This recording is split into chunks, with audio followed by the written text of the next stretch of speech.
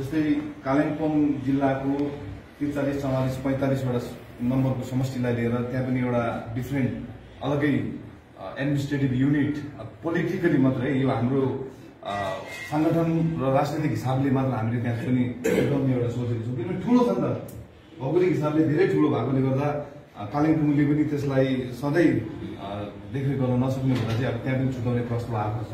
अनि दार्जिलिङमा यहाँ कर्स्याङको पनि सुनदा, धोत्रे रङ्गोल, मुन्डा, पाँचघारीहरूलाई लिएर त्यहाँ पनि एउटा भन्ने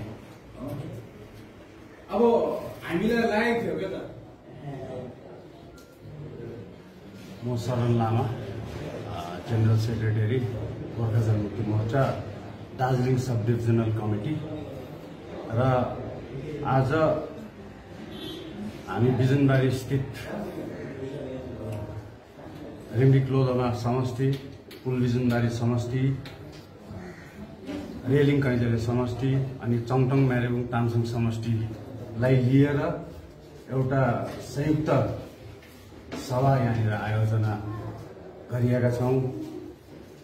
र यो पहिल्यैबाट हाम्रो कोअर्डिनेसन कमिटी, यो 4टा समष्टि लिएर कोअर्डिनेसन कमिटी हामीले चलाउँदै आइरहेका हौँ।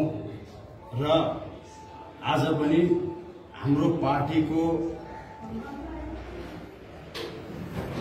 सांगठनिक गतिविधि, सांगठनिक क्रियाकलाप र संगठनलाई अझै दरिलो हरिलो बनाउँदै लानको निम्ति आज 4वटा समष्टिका विशेष प्रतिनिधिगणलाई लिएर एउटा सभा हामी यहाँनिर बस्यौं। र सभामा धेरै चर्चाहरू भयो र जुन किसिमको एउटा पोजिटिभिटी हामीमा आएको छ, हाम्रो क्याडरहरूमा, हाम्रो प्रतिनिधिमा जुन किसिमको एउटा पोजिटिभिटी आएको छ, तपाईहरुले इन नियर फ्युचर त्यो पोजिटिभिटी के हो तपाईहरुले अवश्य नै त्यो पोजिटिभिटी जान्नुहुनेछ। कस्तो प्रकारको रेस्पोन्स आयो तपाईहरुको पार्टीको लागि? नमस्कार सबैमा। विशेष यो हाम्रो जुन प्रकारको कोलकाता भ्रमण थियो है, राजनीतिक विषयहरू लिएर, भेटघाटहरू लिएर, यो एकदमै पोजिटिभ भएको छ। र त्यसकै प्रतिफल नै हो आज गोजामुमुटु 2 फ्याक भयो है। र अब गोजामुमुटु 2 फ्याक भइसके पश्चात अब हामी मेल के गर्छौँ भने, जुन चाहिँ व्यक्ति अथवा गोजामुमुटुको अध्यक्ष विनय तामाङज्यूको कारणले गर्दा गोर्खा जनमुक्ति मोर्चा 2 बनिएको थियो कोर्टको एउटा अर्डरबाट। तर अब विनय तामाङज्यूकै कारणले गर्दा अब त्यो झण्डा चलाउने औचित्य र कुनै आधार गोर्खा जनमुक्ति मोर्चा अनितको पक्षमा छैन। र हामी गोर्खा जनमुक्ति मोर्चा, हामी अध्यक्ष विमल गुरुङ अनि रोशन गिरी महासचिव हुनुहुन्छ। हामी त के चाहन्छौँ भने अब यो चाँडोभन्दा चाँडो कोर्टले पनि यो जुन चाहिँ विनय तामाङज्यूले यो पार्टीको रेजिस्ट्रेसन सम्बन्धी हलफनामा हाइकोर्टमा गर्ने भएको छ, चाँडो गर्नुहोस् भन्ने हामी चाहन्छौँ। र आज वर्तमान पहाडमा हाम्रो जुन चाहिँ बढ्दो लोकप्रियता, गोर्खा जनमुक्ति मोर्चा अथवा विमल गुरुङको जुन चाहिँ बढ्दो लोकप्रियतालाई हेरेर नै आज विपक्षीहरू अत्तालिरहेको छ र व्यक्तिहरूलाई लगाएर उहाँलाई लान्छना लाउने काम, उहाँलाई नीचा देखाउने कामहरू गरिरहेको छ विभिन्न पार्टीको अध्यक्ष स्वयंहरूले पनि। हामी खबरदार गर्न चाहन्छौँ युवा मोर्चाको पक्षबाट। हामीले 2017 सालमा पनि 2017 को आन्दोलनमा पनि ज्यान फालेर हामी माटो र जातिको निम्ति निस्केका हौं।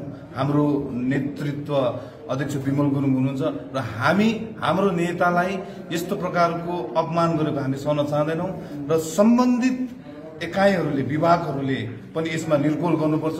पुलिस प्रशासनले पनि यो प्रकारको असामाजिक तत्त्वहरूलाई रोकथाम गर्नुपर्छ, नत्र भने फेरि पहाडमा अशान्तिको सृजना हुन सक्छ। र हामी त एउटा वर्तमान एउटा शिक्षित जमात अथवा हाम्रो पार्टीको संविधानमा अथवा हामी संविधानले बाँधिएको कारणले गर्दा हामी यो कुनै पनि प्रकार नराम्रो कर्मकाण्डपट्टि गएका छैनौं, हामी गाली गलौजपट्टि गएका छैनौं। यद्यपि हामी चेतावनी दिन चाहन्छौं, हामी हाम्रो अध्यक्षको अपमान हामी सहन सक्दैनौँ र तपाईहरूलाई पनि हामी समयमा मुद्दो जवाब दिन चाहन्छौँ।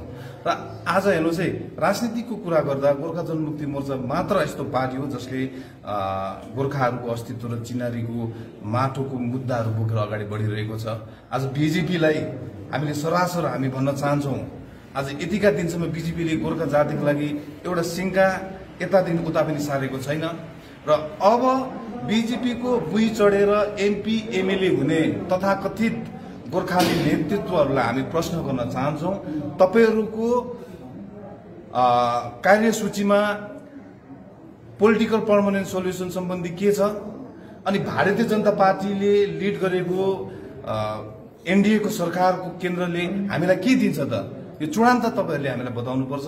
जनतालाई तपाईहरूले दिग्भ्रमित गरेर कन्फ्युज गरेर भोट लानु भएको छ। अब यसको पनि तपाईहरूले हिसाब किताब दिनुपर्छ भन्ने हामी चाहन्छौँ र पहाडमा शान्ति होस्, विकास होस् अनि हाम्रो मुद्दा लक्ष्यमा पुगोस् भन्ने गोर्खा जनमुक्ति मोर्चाको चाहना हो र हामी लागि परेको छौँ। हामी संगठन पनि विस्तार गर्दैछौँ। सम्पूर्ण भारतभरि नै हाम्रो संगठनहरू विस्तार भएको छ र गोर्खा एकता बाँचेर हाम्रो अस्तित्व र चिनारीको जगेरा हुँदै हामीले राजनीति अथवा हाम्रो संवैधानिक माग गोर्खाल्यान्ड हुनुपर्छ भन्ने हाम्रो टेक हो। Thank you.